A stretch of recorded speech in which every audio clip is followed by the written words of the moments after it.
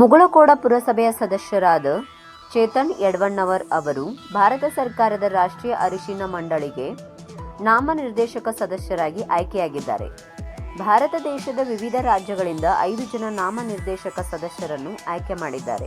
ಅದರಲ್ಲಿ ಕರ್ನಾಟಕ ರಾಜ್ಯದಿಂದ ಬೆಳಗಾವಿ ಜಿಲ್ಲೆ ರಾಯಬಾಗ್ ತಾಲೂಕಿನ ಮುಗಳಖೋಡ ಪುರಸಭೆಯ ಸದಸ್ಯರಾದ ಚೇತನ್ ಯಡವಣ್ಣವರ್ ಆಯ್ಕೆಯಾಗಿರುವುದು ಈ ಭಾಗದ ಹೆಮ್ಮೆಯಾಗಿದೆ. ಬಿಜೆಪಿ ರಾಜ್ಯಾಧ್ಯಕ್ಷರಾದ BY ವಿಜಯೇಂದ್ರ ಮತ್ತು ಕುಡಚಿ ಮತಕ್ಷೇತ್ರದ ಮಾಜಿ ಶಾಸಕ P ರಾಜು ಅವರ ಶಿಫಾರಸಿನ ಮೂಲಕ ಕರ್ನಾಟಕದಿಂದ ನನ್ನನ್ನು ಆಯ್ಕೆ ಮಾಡಿದ ಕೇಂದ್ರ ಸರ್ಕಾರದ ಹೆಮ್ಮೆಯ ಪ್ರಧಾನಮಂತ್ರಿಗಳಾದ ನರೇಂದ್ರ ಮೋದಿಜಿ ಅವರಿಗೆ ಕೃತಜ್ಞತೆ ಸಲ್ಲಿಸುತ್ತೇನೆ ಎಂದು ಚೇತನ್ ಯಡವಣ್ಣವರ್ ಮಾಧ್ಯಮಗೋಷ್ಠಿಯಲ್ಲಿ ತಿಳಿಸಿದರು. ರಾಷ್ಟ್ರೀಯ ಅರಿಶಿನ ಮಂಡಳಿಗೆ ನಾಮನಿರ್ದೇಶಿತ ಸದಸ್ಯರಾಗಿ ಆಯ್ಕೆಯಾದ ಹಿನ್ನೆಲೆಯಲ್ಲಿ ಚೇತನ್ ಯಡವಣ್ಣವರ್ ಅವರಿಗೆ ಮುಗಳಖೋಡದ ಪೂಜ್ಯ ಯಲ್ಲಾಲಿಂಗ ಅಜ್ಜನವರ ಶ್ರೀ ಮಠದ ಪೀಠಾಧ್ಯಕ್ಷರಾದ ಪೂಜ್ಯ ಡಾಕ್ಟರ್ ಮುರುಘರಾಜೇಂದ್ರ ಅಪ್ಪಾಜಿಯವರು ಹಾಗೂ ರಾಜ್ಯ ರೈತ ಸಂಘದ ಗೌರವಾಧ್ಯಕ್ಷರಾದ ಶಶಿಕಾಂತ್ ಗುರೂಜಿಯವರು ಶಾಲು ಮಾಲೆ ಹಾಕಿ ಸತ್ಕರಿಸಿ ಸಿಹಿ ತಿನಿಸುವ ಮೂಲಕ ಶುಭ ಹಾರೈಸಿದರು. ಇದೇ ಸಂದರ್ಭದಲ್ಲಿ ಪುರಸಭೆ ಉಪಾಧ್ಯಕ್ಷರಾದ ಆಗ್ರಾನಿ ಶೇಗುಣಶಿ, ಅಪ್ಪನಗೌಡ ಪಾಟೀಲ್, ಸದಸ್ಯರಾದ ಮಹಾಂತೇಶ್ ಯರಡತ್ತಿ, ಹಾಲಪ್ಪ ಶೇಗುಣಶಿ, ಕೆಂಪಯ್ಯ ಅಂಗಡಿ, ಶಿವಾನಂದ್ ನೆಕ್ಕಳಕಿ, ಮುತ್ತಪ್ಪ ಬಾಳೂಜಿ, ರಾಜು ನಾಯಕ್, ಶ್ರೀಮಠದ ಸದ್ಭಕ್ತರು ಉಪಸ್ಥಿತರಿದ್ದರು. ಪ್ರತಿನಿಧಿ ಹನುಮಂತ್ ಸನಕಿನ. 6 ತಿಂಗಳ ಹಿಂದೆ ತೆಲಂಗಾಣದಲ್ಲಿ ಸನ್ಮಾನ್ಯ ಮೋದಿಯವರು ರಾಷ್ಟ್ರೀಯ ಅರಿಶಿನ ಮಂಡಳಿ ಅಂತ ಒಂದು ಸಂಸ್ಥೆಯನ್ನು ಸ್ಥಾಪನೆ ಮಾಡ್ತಾರೆ. 6 ತಿಂಗಳ ಹಿಂದೆ ಸನ್ಮಾನ್ಯ ನರೇಂದ್ರ ಮೋದಿಯವರು ರಾಷ್ಟ್ರೀಯ ಅರಿಶಿನ ಮಂಡಳಿ ಅಂತ ಒಂದು ಸಂಸ್ಥೆಯನ್ನು ಸ್ಥಾಪನೆ ಮಾಡ್ತಾರೆ. ಅದು ಆಂಧ್ರ ಪ್ರದೇಶದ ತೆಲಂಗಾಣದ ನಿಜಾಮಾಬಾದ್ನಲ್ಲಿ ಹೆಡ್ಕೊಂಡಿರೋದು. ಮತ್ತು ಅದರ ಅಧ್ಯಕ್ಷರಾಗಿ ಪಲ್ಲೆ ಗಂಗಾರೆಡ್ಡಿ ಅಂತ ನಮ್ಮ MP ಅವರು BJP MP ಅವರು ಆಯ್ಕೆಯಾಗಿದ್ದಾರೆ ಅಧ್ಯಕ್ಷ ಅಂತೇಳಿ.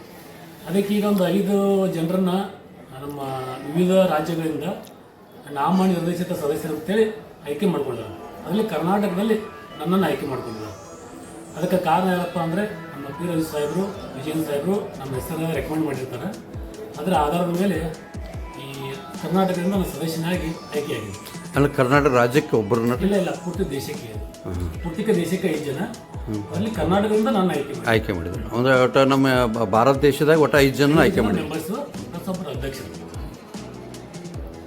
ಇದನ್ನು ಯಾವ ರೀತಿ ನೀವು ಅದ್ರ ರೈತರಿಗೆ ಹೇಳಕ್ಕೆ ಬಯಸ್ತೀರಿ? ಇಲ್ಲ, ಇದು ಮೊದಲು ರೈತರಿಗೆ ಉತ್ತಮ ಗುಣಮಟ್ಟದ ಅರಿಶಿನ ಬೆಳೆಯಕ್ಕೆ ಈಗ ರೋಗಗಳು ಜಾಸ್ತಿ ಆಗಿಬಿಟ್ಟು ಅರಿಶಿನಕ್ಕೆ. ಅದಕ್ಕೆ ರೈತರಿಗೆ ಕಲಿಸುವಂಥದ್ದು ಭಾಳ ಇದೆ. ಅದಕ್ಕೆ ಆ ಬೋರ್ಡಿಂದ ಅದೆಲ್ಲ ಮಾಡೋರಿಗೆ ಮತ್ತು ಮೇನ್ ಅದು ಹೊರದೇಶಕ್ಕೆಲ್ಲ ಎಕ್ಸ್ಪೋರ್ಟ್ ಮಾಡೋದು ಅದೊಂದು ಪ್ಲ್ಯಾನ್ ಮಾಡಿದ್ದಾರೆ.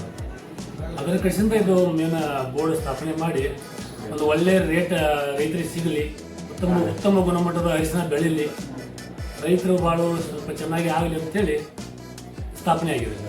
ನಮ್ಮ ಕರ್ನಾಟಕದಾಗ ಇಲ್ಲಿ ತನಕ ಇರ್ಲಾಗಿತ್ತು. ಕರ್ನಾಟಕ ಅಂತಲ್ಲ, ಇದು ದೇಶಕ್ಕೆನ ಮಾಡಿದ್ದಾರೆ. ರಾಷ್ಟ್ರೀಯ ಅರಿಶಿನ ಮಂಡಳಿ ಇಡೀ ದೇಶಕ್ಕೆ ಇದು ಸೆಂಟ್ರಲ್ ಗೌರ್ಮೆಂಟ್ ಸ್ಥಾಪನೆ ಮಾಡಿದೆ.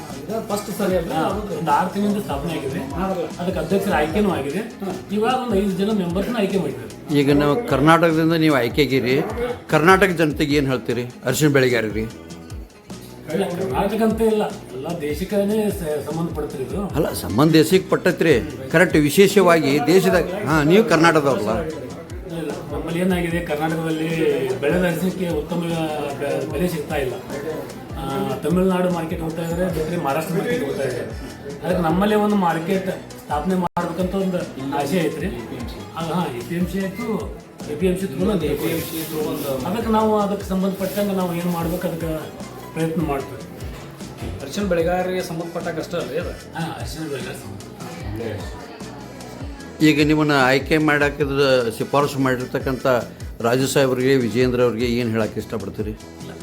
ನನ್ನ ಪಕ್ಷದ ಸೇವೆ ನೋಡಿ ಗುರುತಿಸಿದ್ರು, ಮತ್ತೇನು ನೋಡಿ ಗುರುತಿಸಿದ್ರು ಗೊತ್ತಿಲ್ಲ. ನನ್ನ ಹೆಸರು ಶಿಫಾರಸು ಮಾಡಿದರು.